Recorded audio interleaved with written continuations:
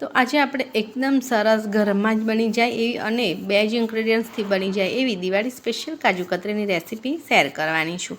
તો એકદમ સરસ બની જાય છે, ફટાફટ બની જાય છે અને તમે જો ફર્સ્ટ ટાઈમ બનાવતા હશો તો પણ એકદમ સરસ બનશે। એકદમ પરફેક્ટ મેઝરમેન્ટથી જ આપણે કાજુ કતરીને બનાવીશું। તો જોઈ શકો છો એ રીતે કટ પણ એકદમ સરસ થાય છે અને ખરેખર બહુ ટેસ્ટી બને છે। તો એકવાર જરૂરથી ટ્રાય કરજો। તો અહીં તમે કાજુના ફાડા પણ લઈ શકો છો કે કાજુ પણ લઈ શકો છો। તો મેં લગભગ 250 જેટલા કાજુ લીધા છે અને સાથે 60 ગ્રામ ખાંડ લીધી છે। જો ગળ્યું વધારે ખાવું હોય તો 10 ગ્રામ ખાંડ એડ વધારે કરી શકો છો। તો કાજુને એકદમ સરસ ઓછા 2 થી 3 વાર ધોઈ લેવાના છે। તો ડોળું પાણી જે પણ હશે કે કાજુની ઉપર જે પણ ડસ્ટ લાગી હશે એ એકદમ સરસ નીકળી જશે અને કાજુ એકદમ વ્હાઈટ થઈ જશે, જેથી કરીને પેસ્ટ પણ સરસ બનશે અને કાજુ કતરીનો કલર પણ સરસ બનશે। તો બસ હવે આપણે એ કાજુ લઈ અને એમ મિક્સર જારમાં લઈને 1/4 કપ પાણી એડ કરવાનું છે અને આ રીતની પેસ્ટ બનાવવાની છે। તો પેસ્ટ બનાવતી વખતે તમને થોડી તકલીફ થશે, 1-2 વાર ખોલી અને મિક્સ કર્યા પછી તમે આ રીતે પેસ્ટ બનાવી શકશો। પણ 1/4 કપથી વધારે પાણી, 1 પણ ચમચી વધારે પાણી આપણે એડ કરવાનું નથી અને એના માટે સ્પેશિયલ આપણે નોનસ્ટિક કઢાઈ લેવાની છે। તો નોનસ્ટિકનું કોઈ પણ પેન તમે યુઝ કરી શકો છો। તો કાજુનો માવો બધો જ કાઢી લઈશું પેનમાં અને સાથે જ આપણે 60 ગ્રામ જેટલી સુગર એડ કરી લઈશું અને ખાંડને એડ કર્યા પછી મીડિયમ ટુ હાઈ ફ્લેમ પર આપણે એકદમ સરસ મિક્સ કરતા જઈશું, જેથી કરીને ખાંડ ઓગળતી જશે અને એકદમ સરસ ટેક્સચર આવશે અને કઢાઈ છૂટી જાય ત્યાં સુધી આપણે એને પકવવાનું છે, ચડવા દેવાનું છે। તો લગભગ 15 મિનિટ થશે અને એકદમ સરસ આપણું જે કાજુનો ડો બનીને તૈયાર થઈ જાય છે। તો આ ડો જો તમે બનાવો તો ઘણી બધી મીઠાઈ તમે બનાવી શકો છો। કાજુ કતરીની સાથે સાથે બીજી ઘણી બધી મીઠાઈ આ ડોમાંથી તૈયાર થઈ જાય છે। તો એકદમ સરસ અને ફટાફટ બની જાય એવી રેસીપી છે। તો જેમ જેમ ખાંડ મેલ્ટ થશે એમ તમે જોઈ શકો છો આ રીતનું ટેક્સચર થશે અને જેમ જેમ તમે મિક્સ કરતા જશો એમ કઢાઈ છોડતું જશે અને એકદમ સરસ ચમચાની સાથે જ આપણે બધું જ માવો એકદમ ફરવા લાગશે ત્યાં સુધી આપણે ચડવા દેવાની છે। તો સહેજ પણ ઉતાવળ ન કરતાં એકદમ શાંતિથી આપણે આ કાર્ય કરવાનું છે। તો જોઈ શકો છો આ રીતે એકદમ સરસ ચમચાથી ફરશે પછી આપણે બટર પેપરમાં લઈ લેવાનું છે ને એ થોડું ઘી એડ કરે પછી કાજુનો માવો આપણે બટર પેપર પર લઈ લેવાનો છે અને આ રીતે પેપરમાં મિક્સ કરતા જવાનું છે। તો એકદમ સરસ મિક્સ કરતાં એકદમ મિક્સ થઈ જશે। તો જોઈ શકો છો આ રીતે મસ્ત મિક્સ કરી લેવાનું છે।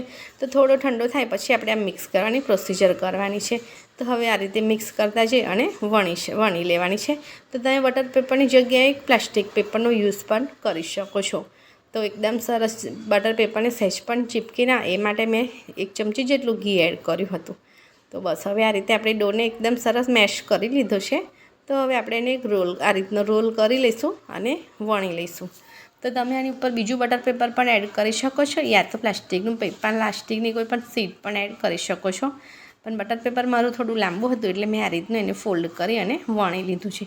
તો આપણે જે રીતે બજારમાં કાજુ કતરી મળે છે બસ એ રીતની થિકનેસ રાખીશું, લગભગ 1/2 ઇંચ જેટલી થિકનેસ રાખીશું। તો એકદમ હળવા હાથથી થોડું ઠંડુ બેટર થાય પછી આપણે વણવાનું છે, જેથી કરીને આપણે એકદમ સરસ વણી શકીએ। જો ગરમ તમે વણવા જશો તો તમને વણતા કદાચ ઓછું ફાવશે, એટલે થોડું બેટર નોર્મલ રૂમ ટેમ્પરેચર પર આવે પછી આપણે વણી લેવાનું છે। તો જોઈ શકો છો આ રીતે એકદમ સરસ વણાઈને તૈયાર થઈ ગયું છે। તો તમે એમ જ પણ સર્વ કરી શકો છો, પણ કાજુ કતરીનો સારો દેખાવ આવે એ માટે મેં ચાંદીના વરખનો ઉપયોગ કર્યો છે। તો લગભગ 2 થી 3 લીફ વરખ લગાવી દીધું છે। તો આપણી કાજુ કતરી તૈયાર છે અને એકદમ ઠંડી થાય પછી જ આપણે કાજુ કતરીને કટ કરવાની છે। જો ગરમમાં કટ કરશો તો એના કટ સરખા નથી પડતા, માટે ઠંડી થાય પછી જ આપણે કટ કરવાની છે અને જે રીતે બજારમાં મળે છે એ રીતનો શેપ ડાયમંડ શેપ આપીને કટ કરી શકો છો। તો અહીં મેં એકદમ સરસ કાજુ કતરી ઠંડી થઈ ગઈ પછી કટ કરી લીધી છે। તો ઠંડી થાય પછી કટ કરતાં એકદમ સરસ એના પીસીસ જાતે જ છૂટા પડી જશે। તો એકદમ સરસ થાય છે અને એકદમ પરફેક્ટ મેઝરમેન્ટ છે, માટે તમે એકવાર જરૂરથી ટ્રાય કરજો। ખરેખર કાજુ કતરી બહુ સરસ બને છે અને ખાવામાં પણ ખૂબ જ ટેસ્ટી બને છે। તો છે ને એકદમ સરસ ઇઝી અને ફટાફટ બની જાય। તો લગભગ આટલા માપથી 380 ગ્રામ કે 400 ગ્રામ જેટલી કાજુ કતરી બનીને તૈયાર થાય છે।